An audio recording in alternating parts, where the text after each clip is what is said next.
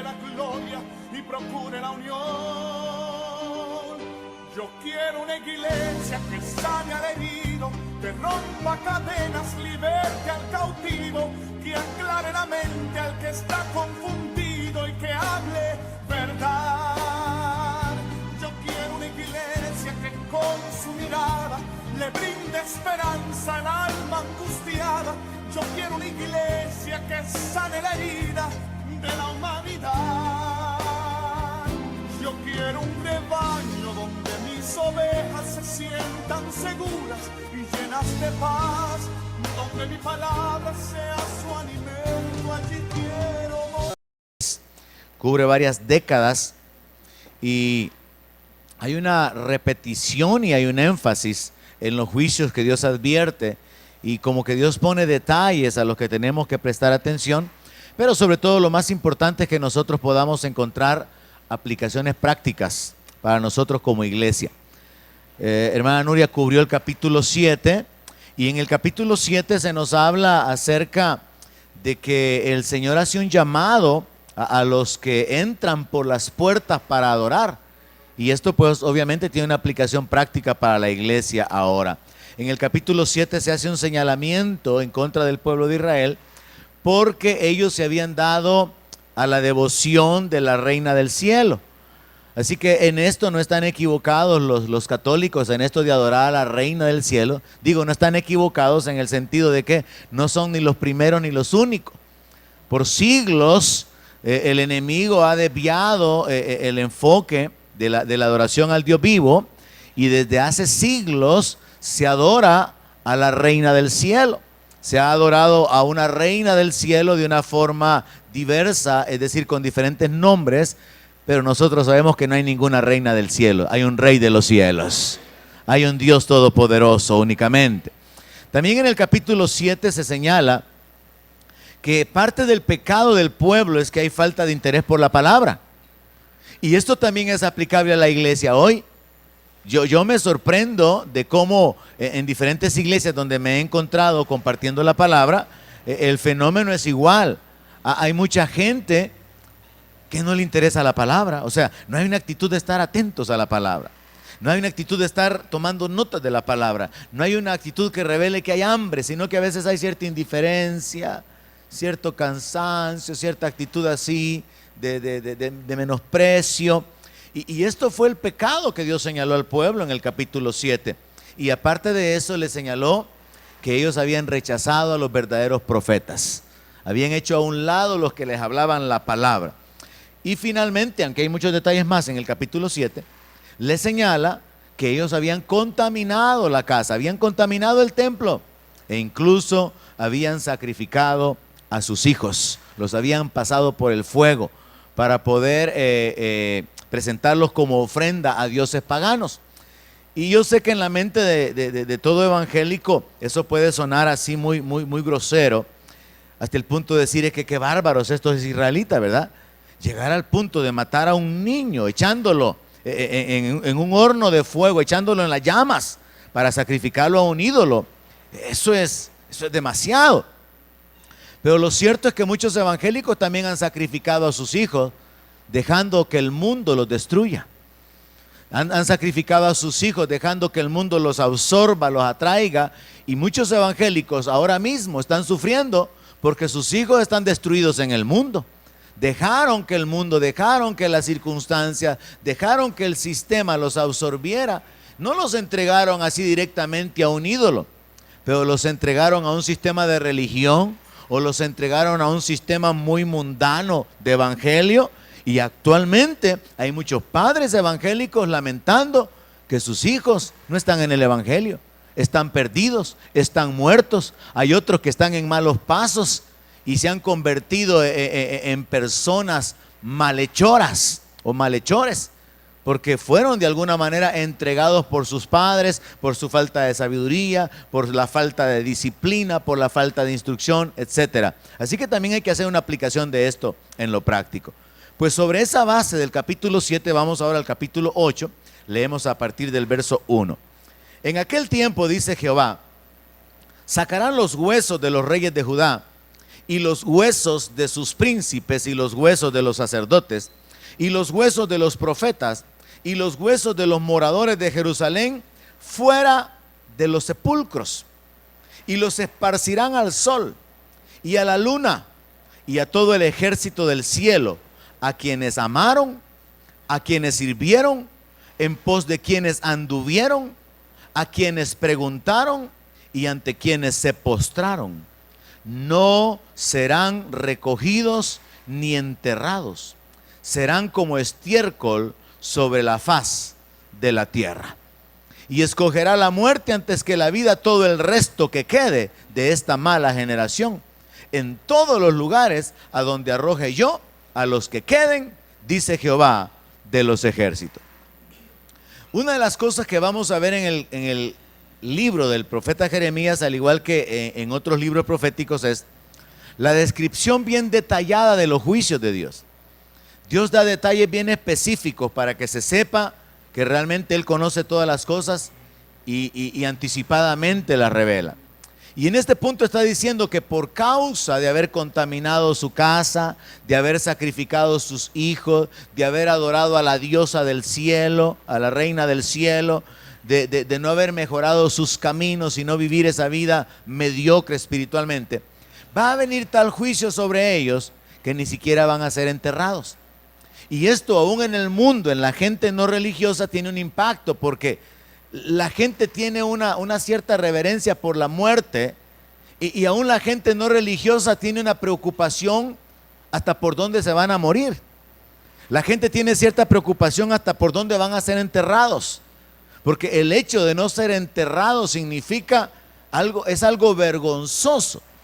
El que los huesos de alguien sean sacados de su tumba, por ejemplo, eso es algo visto como humillante. Que digan, no hombre, si es que me han sacado los huesos de mi viejito y ahí han ido a meter a otro cadáver.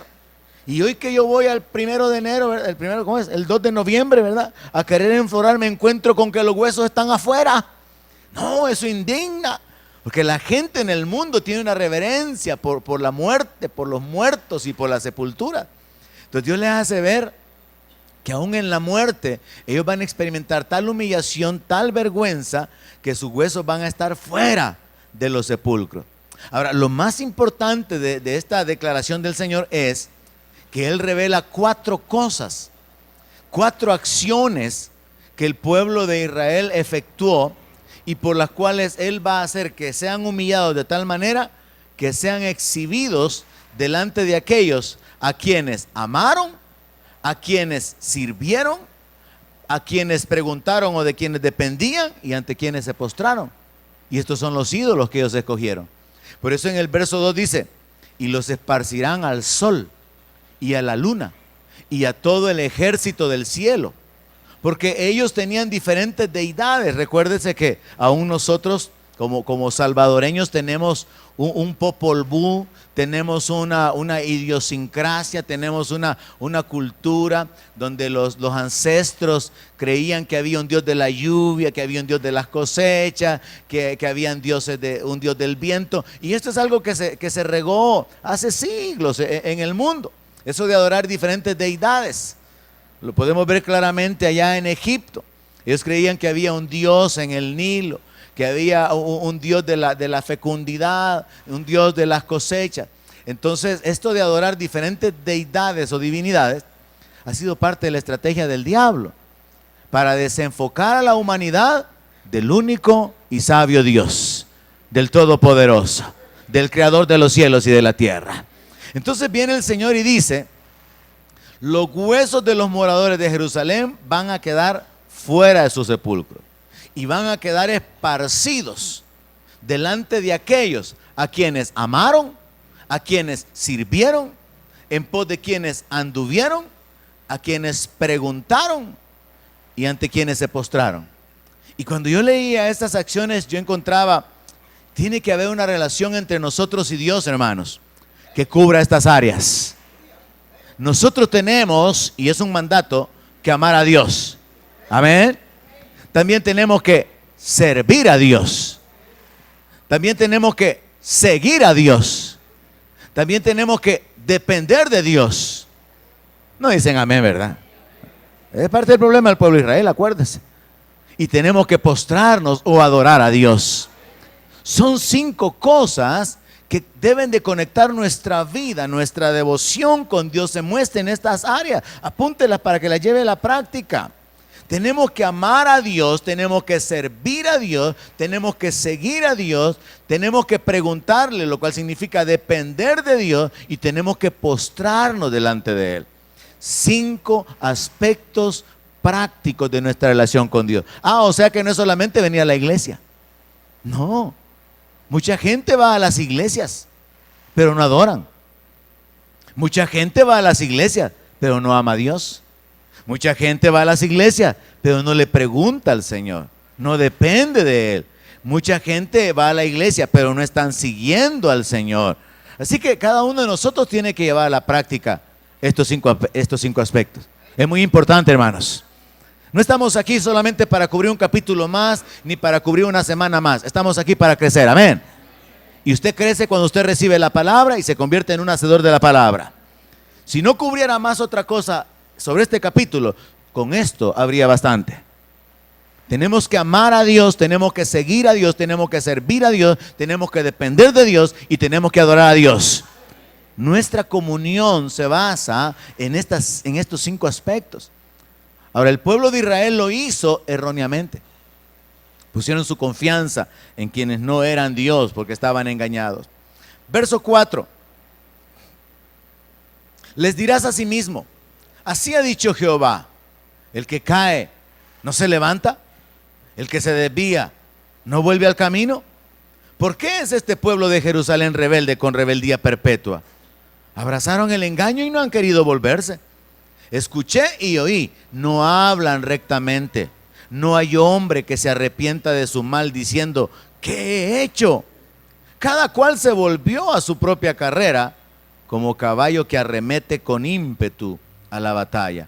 Aún la cigüeña en el cielo conoce su tiempo, y la tórtola, y la grulla, y la golondrina guardan el tiempo de su venida. Pero mi pueblo no conoce el juicio de Jehová. Dios los quiere hacer reaccionar diciéndoles por medio del profeta: mira, tienes que hacerles una pregunta. En lo natural, cuando alguien se cae, ¿se queda en el suelo? No. Si es posible, uno se levanta lo más rápido antes de que todos lo vean, ¿verdad? Cuando usted se cae, no se queda ahí esperando a que todos lo miren. ¿Ya me vieron? ¿Ya? ¿Todos contentos? ¿Satisfechos? ¿Sí? ¿Ya? ¿Me puedo parar? No, usted se levanta, se hace el disimulado, lo hace lo más rápido que puede y se va de ahí por la vergüenza de haberse caído. Pero en lo espiritual, el pueblo de Israel cayó y no se levantaban. Y en lo espiritual, muchos cristianos caen en el pecado, caen de la gracia y ahí se quedan. Y Dios los quiere hacer reflexionar a través del profeta. Y por eso en el verso 4 les dice: diles también, les dirás a sí mismo. El Señor les pregunta: ¿el que cae no se levanta? Porque la respuesta es sí. El que cae se levanta. Entonces debería ser así también en la iglesia. Si alguien se cae, tendría que levantarse. Pero ahorita mismo en esta iglesia hay varios caídos y no se han levantado. Por lo tanto, el mensaje es práctico, es aplicable para este tiempo. Pero luego se agrega algo más, porque usted puede decir: bendito Dios que yo no me he caído, aquí estoy firme. Pero espérese. Luego el profeta, por inspiración del Señor, pregunta: ¿el que se desvía no vuelve al camino? Mire, una cosa es caerse. Cayó en pecado, se enredó, se tropezó de alguna manera en acciones que le trajeron consecuencias a su vida. Pero otra cosa es desviarse, apartarse. Y yo aquí tengo una aplicación bien práctica en base a lo que el Señor Jesús le dice a una de las iglesias en el Nuevo Testamento. Recuerda, por tanto, de dónde has caído y vuelve y haz las primeras obras. Porque yo creo que en esta iglesia hay varios que se han desviado. Antes iban caminando bien bonito, antes estaban bien firmes, no se han caído, no están enredados en el pecado, el diablo no los tiene atados, pero se han desviado. Antes caminaban en comunión, en libertad, en autoridad. Antes estaban enseñando la palabra, estaban ministrando, estaban sirviendo, pero se han desviado y no se vuelven al camino, fíjense. Y yo me sorprendo y les digo a los hermanos, ¿verdad? No son ninguno los que están aquí, ¿verdad? Hermano, ¿y qué espera? Le digo yo, para regresarse. No, que viera que no he podido, pastor, todavía. Pero yo no entiendo cuál es el obstáculo. Y Dios les habla en estos términos por medio del profeta. Miren, el que cae se levanta y el que se desvía vuelve al camino. Dios está esperando que el pueblo se regrese. Pero hay cristianos que ya tienen ratos de haberse caído y no se han levantado. Y hay cristianos que se han desviado y siguen viniendo a la iglesia, pero se han apartado de aquella comunión, han perdido el primer amor, han dejado aquella posición de celo por Dios, de consagración, de servicio, de dedicación, han perdido su ministerio, pero no han hecho nada por poder volverlo a recuperar. Ahora, Dios se sorprende y dice o pregunta, ¿por qué es este pueblo de Jerusalén rebelde con rebeldía perpetua? Dios se sorprende y dice, ¿cómo es posible que yo sea el Dios de un pueblo tan terco? Dios se pregunta, ¿por qué es que este pueblo tiene rebeldía perpetua? Mire, la misericordia de Dios permanece para siempre. Y eso es bueno, ¿verdad? Pero aquí Dios revela que la rebeldía del pueblo es perpetua. La necedad. Y entonces él da una explicación y él dice, abrazaron el engaño y no han querido volverse. Y esa es la verdad. Hay un enemigo que va a ayudarnos en nuestra carnalidad para poder hacernos que vivamos engañados. El orgullo permite que seamos engañados. Tu corazón orgulloso te ha engañado, le dice el Señor a su pueblo por medio de otro profeta. El orgullo permite el engaño y el engaño es la base de la terquedad. Así que Dios tiene que hablarle al pueblo diciéndole, no seas terco como el mulo, no seas como el caballo, que si no se le sujeta con cabestro, no se detiene. En esa manera Dios tuvo que hablarle al pueblo, porque el pueblo era tan rebelde, a pesar de que Dios estaba guiándoles por su espíritu, hablándoles a través de los profetas, el pueblo se resistía a esa guianza. Él dice, los escuché a ellos hablar y ninguno se arrepiente de su mal. Verso 7 menciona que hay algunos animales que son más entendidos que algunos seres humanos. Y esto me llamaba mucho la atención. Y yo pensaba que qué tremendo es esto, ¿verdad? Porque Dios pone como ejemplo a los animales que tienen una sabiduría más baja que la nuestra. Hay que poner las cosas en orden. Los ángeles son mayores que nosotros en potestad. Luego estamos nosotros, por eso la palabra dice que Jesús fue hecho un poco menor que los ángeles. Y nosotros estamos en esa categoría. Estamos en un nivel más abajo de los ángeles. Pero luego debajo de los ángeles están los animales. Y dependiendo de la condición del animal, todavía hay algunos que están más abajo. Cada uno con sus cualidades, cada uno con sus destrezas, cada uno con su instinto.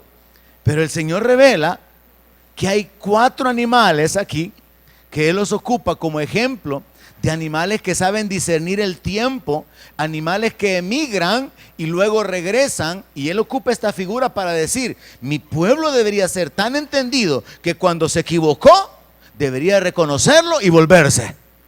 Así como los animalitos emigran por el calor, emigran por el invierno y luego se regresan, mi pueblo debería reconocer que cuando ha fallado tiene que humillarse y tiene que volverse.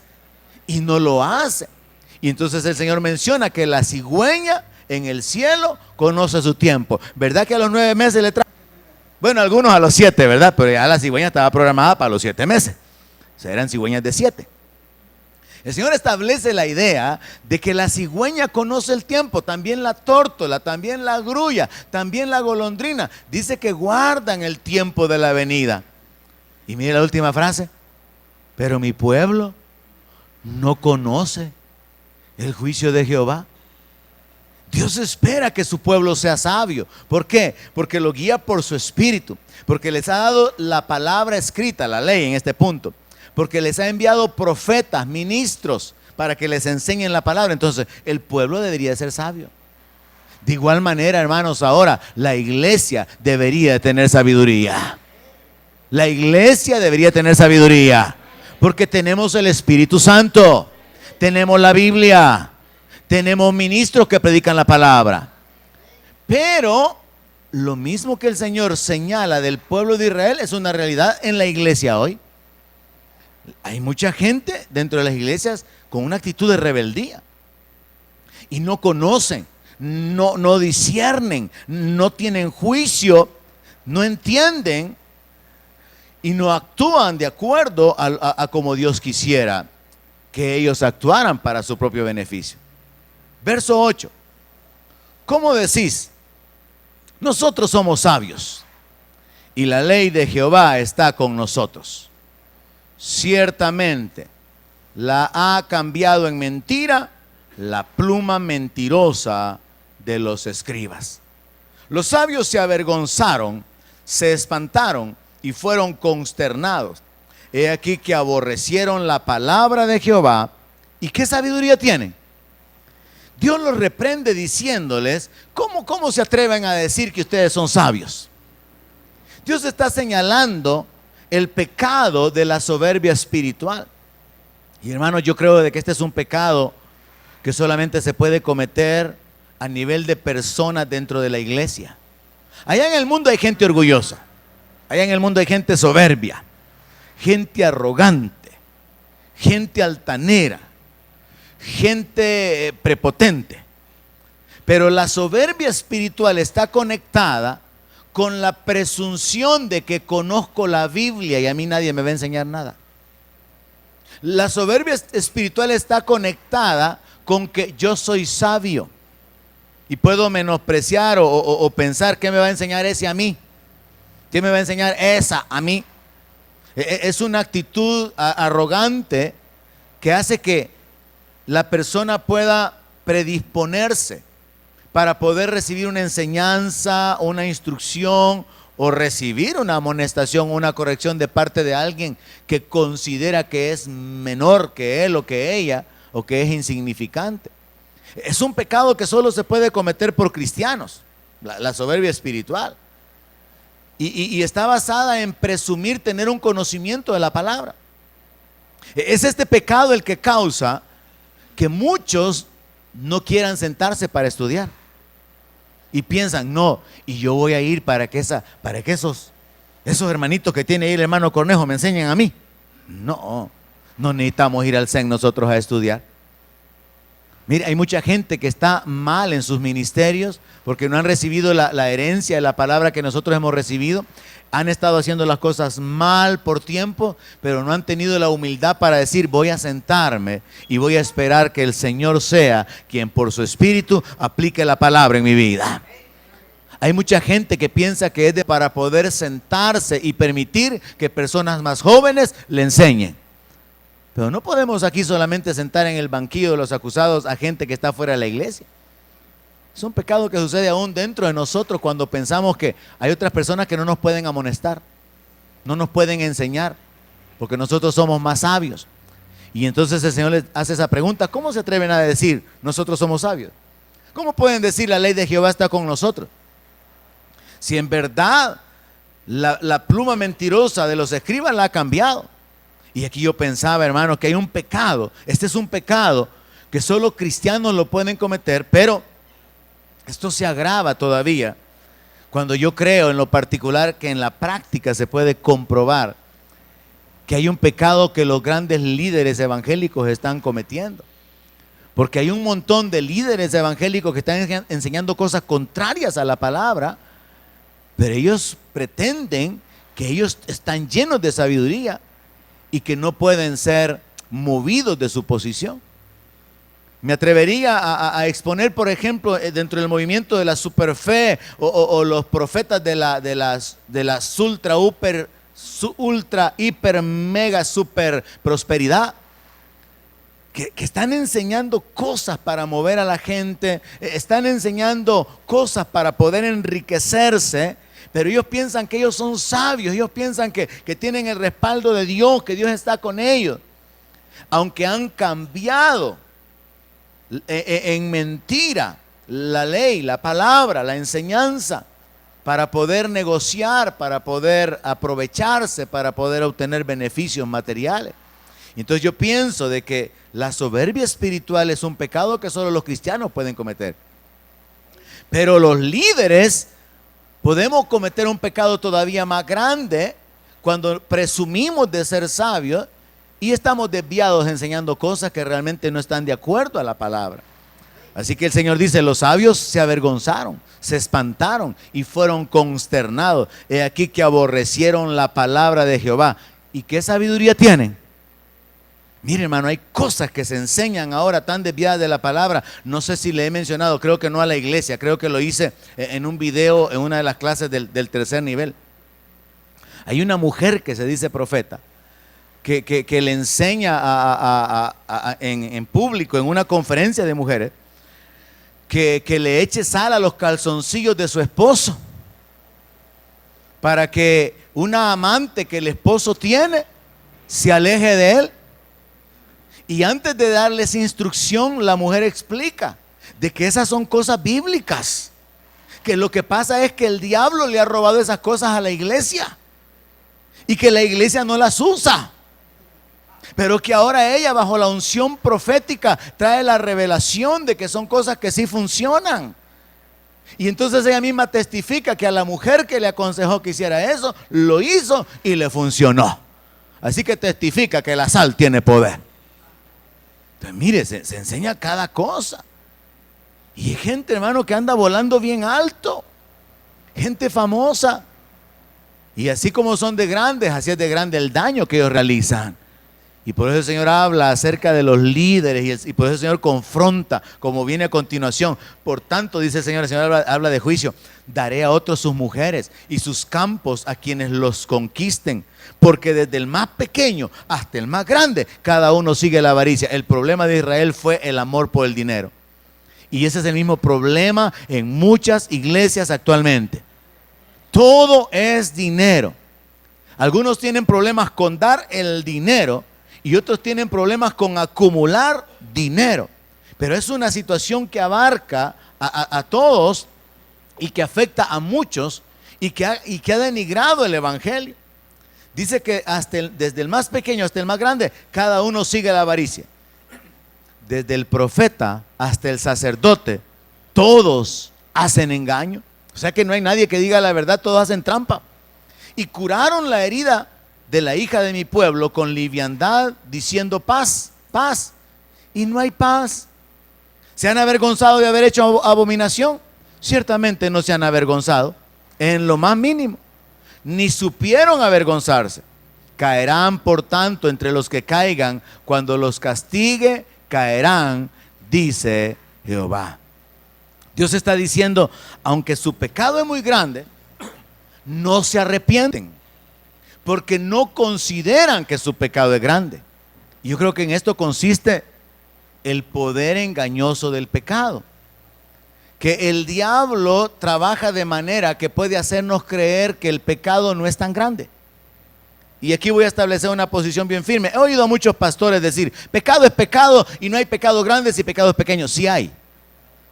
Jesús dijo que mayor condenación recibirían los que le oyeron a él que los que estaban allá, que la reina de Sabá y que los de Tiro y Sidón. Jesús habla de mayores niveles de condenación, porque hay mayores niveles de incredulidad, hay mayores niveles de pecado. No es un asunto de que no hay tamaños de pecado, hay tamaños de pecado. Así como hay diferentes niveles de gloria, hay niveles de condenación. Y los niveles de condenación también dependen de la gravedad del pecado. Dios en muchas ocasiones esperó a que el pecado rebalsara. Pero yo oigo quizá demasiado a los pastores predicar, es que no hay pecado chiquito y pecado grande. Claro que sí. Lo que tenemos que entender es esto. Quizás una buena forma de plantearlo es como lo hizo el pastor Jim Wall en el último seminario. Él dice, la paga del pecado es muerte. Y la palabra muerte es la palabra thanatos. Y cada pecado produce thanatos. El asunto es que el pecado produce tanatos en mayor o menor nivel de acuerdo a la gravedad del pecado, pero todos producen tanatos. Al final, la persona va a experimentar las consecuencias de la acumulación del pecado en mayor o menor grado en la medida que se arrepienta o que continúe en el pecado. Pero cuando vemos que hay diferentes niveles de castigo, y Jesús habla acerca de diferentes niveles de castigo, Jesús menciona incluso, o los apóstoles mencionan incluso, que el que conociendo el camino se vuelve atrás, mejor no lo hubiera conocido, dice. Porque dice que va a tener mayor condenación. Porque rechazar al Señor, pisotear, tener por inmunda la sangre del Señor es un peor pecado que el no haber creído en el Señor. Entonces sí hay diferentes niveles de pecado. Eso tiene que estar establecido en su mente en base a la palabra y las cosas que estoy compartiendo.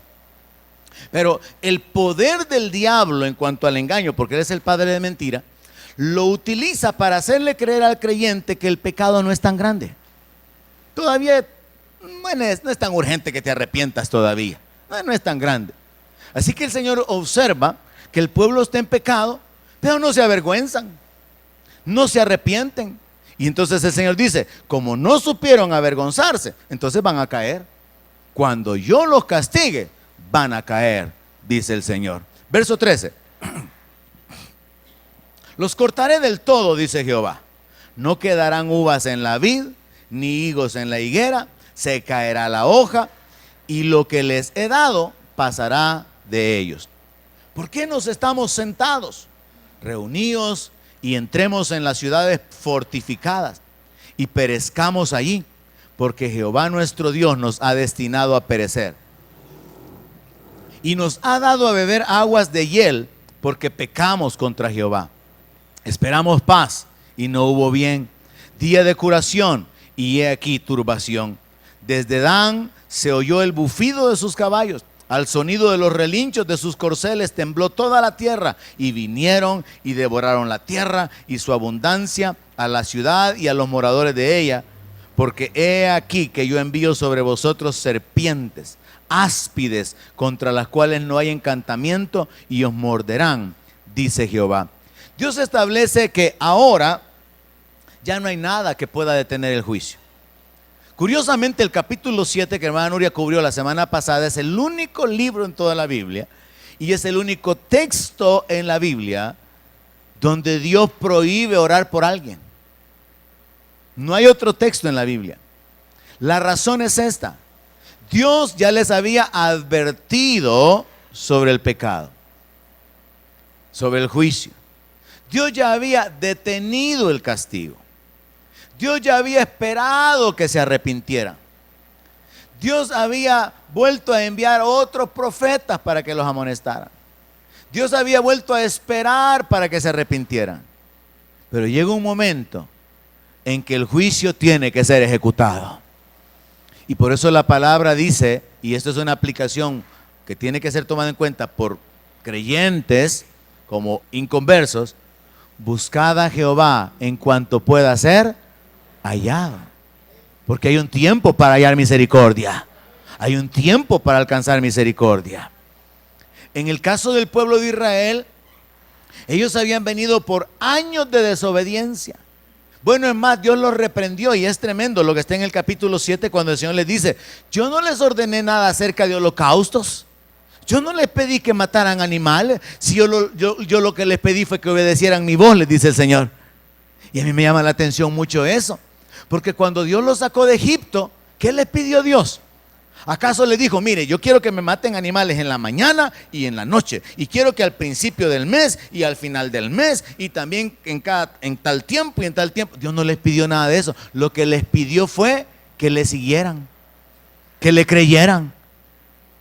Y al final Dios revela que durante esos 40 años en el desierto anduvieron cargando, les dice, la estrella de su Dios, les dice. O sea que por ahí existe una idea de que la tal estrella de David no es la estrella de David, sino que es una estrella pagana. Pero eso vamos a tener que dejarlo para el futuro, para poder averiguar cómo está ese asunto. Porque Dios les reprende por eso. Porque les dice que durante 40 años en el desierto, y busquémoslo, dice que durante 40 años en el desierto Dice que ellos no lo honraron a Dios con sacrificio. Si lo que hicieron fue provocarlo, lo que hicieron fue retarlo, confrontarlo en su autoridad, oponerse a los líderes que él había escogido, como veíamos ayer con los servidores, cuando se opusieron a Moisés y a Aarón. Así que ahora Dios les dice, yo les he advertido, he detenido el juicio, he estado esperando por ustedes, he enviado profetas, he esperado años por ustedes, pero ahora es tiempo de que el juicio se ejecute. Y yo creo, hermanos, de que si la palabra revela que si Dios es por nosotros, ¿quién contra nosotros? La otra cosa también es verdad. Si Dios es contra nosotros, ¿y quién podrá ayudarnos? ¿Quién con nosotros? Por eso es que alguien cuando enseñaba sobre sanidad decía, ¿cómo la gente puede creer que Dios es el autor de la enfermedad? Si Dios fuera el autor de la enfermedad, no sería posible que algunas personas se sanen a través de las medicinas. Porque si Dios fuera el autor de esa enfermedad, nadie podría levantarse en contra de lo que Dios está haciendo. Pero hay que entender que hay un enemigo.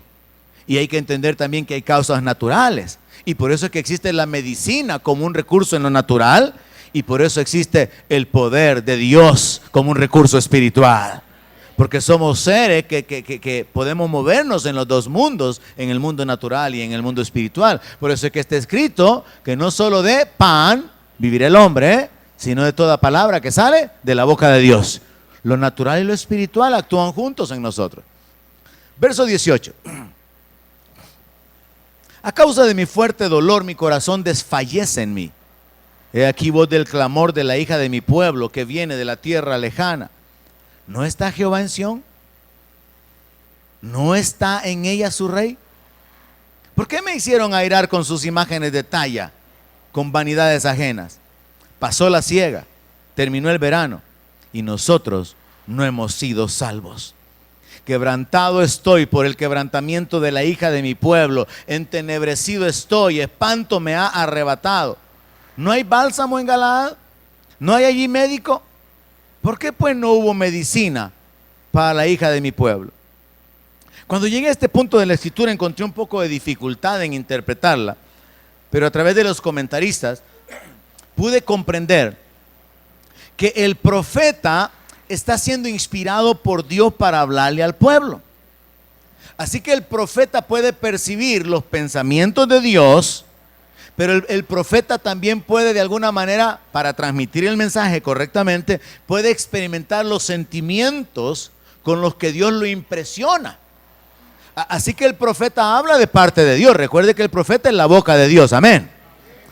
Entonces Dios habla de manera que Él está expresando su dolor. A causa de mi fuerte dolor, mi corazón desfallece en mí.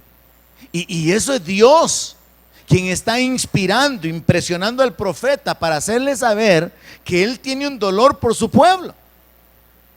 Pero luego la complejidad del pasaje, y esto lo vamos a ver en otros capítulos más adelante, se aumenta cuando consideramos que el profeta, también por la inspiración del Espíritu Santo, recibe un entendimiento de la reacción del pueblo. Entonces vea qué interesante se pone el asunto, porque el profeta es el canal para hablar de parte de Dios al pueblo. Así que el profeta recibe pensamientos de parte de Dios y recibe una impresión de sentimientos de parte de Dios. Pero el profeta también recibe impresión sobre los sentimientos y los pensamientos del pueblo. Y todo esto se junta. Así que en el verso 18 es como que Dios hablara por medio del profeta diciendo: a causa de mi fuerte dolor, mi corazón desfallece en mí. Luego dice: he aquí voz del clamor de la hija de mi pueblo que viene de la tierra lejana. Dios sabe que se va a levantar la voz de parte del pueblo e impresiona al profeta con ese conocimiento, de manera que el profeta sabe que el pueblo va a clamar, va a preguntarse: ¿no está Jehová en Sión? ¿No está en ella su rey? Y Dios mismo va a responderles: porque me hicieron airar con sus imágenes de talla, con vanidades ajenas. Por eso es que Dios se ha alejado, porque lo provocaron, porque se convirtieron en idólatras. Y yo creo que nosotros, al igual que el pueblo de Israel, podemos caer en este pecado de provocar a Dios a celos. Pablo habla sobre esto en Corintios, en la carta a los Corintios. Y no pensamos que estamos provocando a Dios a celos porque creemos que el pecado que tenemos no es muy grande, o que nuestra vida, nuestra devoción, nuestra entrega es suficiente. Está en un nivel bastante así de comunión. Y podríamos estar en una tibieza espiritual. Y el Señor habla acerca de vomitar a los tibios. Ahora, en el verso 20 dice: pasó la siega, terminó el verano y nosotros no hemos sido salvos. De nuevo el profeta está hablando, bajo la unción del Espíritu Santo, los pensamientos del pueblo. El pueblo va a expresarse en estos términos. Hemos estado esperando que Dios se manifieste. Ya se recogió la cosecha, ya se acabó el verano y nosotros seguimos esperando la salvación y no se manifiesta. No hay esperanza. El pueblo iba a continuar sin esperanza con el paso del tiempo, y el profeta lo sabe anticipadamente. Verso 21. Dios de nuevo vuelve a impresionar al profeta y dice: quebrantado estoy por el quebrantamiento de la hija de mi pueblo, entenebrecido estoy, espanto me ha arrebatado. No hay bálsamo en Galaad. En Galaad, curiosamente, había una zona donde se producía mucho bálsamo y el bálsamo era para medicina. Pero resulta que Dios está diciendo que así como no había pan en la casa del pan, y por eso se fue Ruth con su esposo allá donde los moabitas, en Galaad, donde tenía que haber bálsamo y medicinas, no había medicina, ni habían médicos. ¿Y por qué pues no hubo medicina para la hija de mi pueblo? La respuesta es la misma: es porque habían abandonado al Señor. Habían traicionado al Señor con la idolatría. Ahora, es interesante, o fue por lo menos interesante para mí darme cuenta que el profeta se identifica con el sufrimiento del pueblo. Él sabe que el sufrimiento del pueblo es grande, pero al mismo tiempo el profeta recibe una revelación de los sentimientos de Dios. Y estos se vuelven a repetir en el capítulo 9. Pero por causa del tiempo no voy a poder cubrirlo. En el verso 9:1, en el capítulo 9, verso 1 hasta el 3, y ahí vamos a cortar esta noche, se nos vuelve, o se da la continuidad de lo que Dios está hablándole al profeta, y se establece que la autoría de esos pensamientos es Dios. Oh, si mi cabeza se hiciese aguas y mis ojos fuentes de lágrimas, para que llore de día y de noche los muertos de la hija de mi pueblo. No es el profeta quien está lamentando, es Dios quien le está dando esa impresión de ese sentimiento, porque Dios revela que Él sufre por lo que va a padecer su pueblo. Y esto, hermano, realmente tiene que probarse con la palabra, porque la Biblia dice que Dios se compadece de su pueblo. Yo creo que por eso es que la palabra dice que Dios no quiere la muerte del impío. Yo creo que una forma natural de compararlo esto es cuando todavía se acostumbraba a decirle a los hijos: mira, hijo, te voy a pegar y a mí me va a doler más que a ti. No sé si a usted le dijeron eso. Entonces los hijos le decían a los papás: pues si le va a doler, papá, ahorres el dolor, ¿verdad? No me pegue. Porque si le va a doler más que a mí, entonces no me dé. Pero mire, yo me sorprendí al encontrar que Dios revela, y tiene sentido por la misericordia de Dios, Dios revela que Él se duele del sufrimiento, pero por su justicia tiene que traer el castigo. Es que este pensamiento del mundo de que es que si Dios fuera bueno no matara a la gente, no mandara a la gente al infierno. No, es que Dios es justo. Y Dios no solamente es bueno, es misericordioso. Y por esa razón envió a Jesucristo a morir, para que nosotros no muriéramos. Entonces es un asunto de que no podemos entender la mente de Dios. Pero mire qué interesante esto, y concluimos. Es Dios quien está impresionando al profeta con sus sentimientos de sufrimiento por lo que va a padecer su pueblo.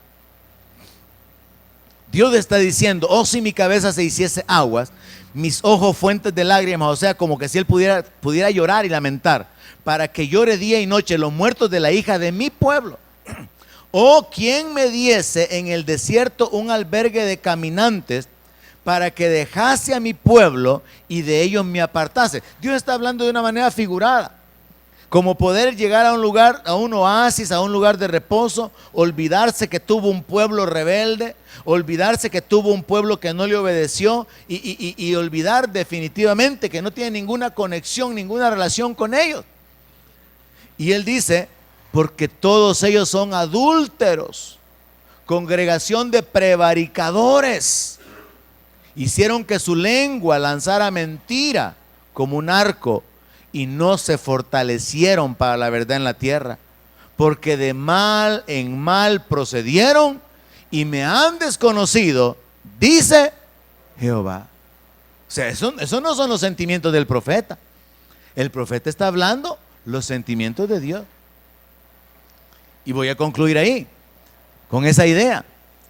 Dios revela que Él sufre o que Él padece por causa del conocimiento que Él tiene de los sufrimientos que vienen. Y una vez más, volviendo a la aplicación natural, yo creo de que a veces como padres, cuando podemos experimentar, especialmente cuando los hijos están pequeños, el sufrimiento de los niños, enfermedades de los niños, hay padres que dicen, no, es que yo quisiera que ser yo, el que estuviera enfermo. Quisiera ser yo a quien me hubiera pasado porque yo lo podía soportar. Tal es el amor en lo natural de un padre que quisiera cubrir a sus hijos. Y eso viene a ser como un reflejo de Dios. Y por eso es que Dios dijo, voy a ser yo el que lleve la maldición. Por eso es que Dios dijo, voy a ser yo el que lleve su dolor, el que lleve su pecado, el que lleve su enfermedad, el que lleve su miseria. Y por eso Él bajó para venir a la cruz, precisamente por el amor de Dios. Así que cuando vemos a Juan 3:16, de tal manera amó Dios al mundo, significa, Él miró el sufrimiento del ser humano y fue movido a compasión. Jesús no solamente fue movido a compasión de manera que sanó a los enfermos, liberó a los endemoniados, sino que Él dio su vida por nosotros. De una manera que nosotros como seres humanos, mostrando un pequeño reflejo del amor de Dios, podríamos soportar el daño por nuestros hijos o cubrir, o preferiríamos ser nosotros los que sufriéramos un daño en lugar de que ellos lo tengan. Por ejemplo, un padre, una madre, al pensar en un accidente en un hijo, piensa, no, es que mejor yo, de todas maneras yo ya viví. Si yo pudiera cambiar el lugar por él, yo lo aceptaría. Hay padres, hay madres que han hablado en esos términos, porque hay una compasión en el corazón por aquellos a quienes amamos. ¿Alguien dice amén? Y como Dios nos ama, Dios revela que Él tiene compasión por su pueblo. Pero a través del profeta Jeremías aprendemos que Dios renueva su misericordia, pero llega un momento en que el juicio tiene que ser ejecutado y ya no puede ser detenido. Nos detenemos aquí, continuamos la próxima semana con el resto del capítulo 9, aprendiendo sobre las advertencias y sobre la manera en que Dios quiere tratar. Donde mi palabra sea su alimento.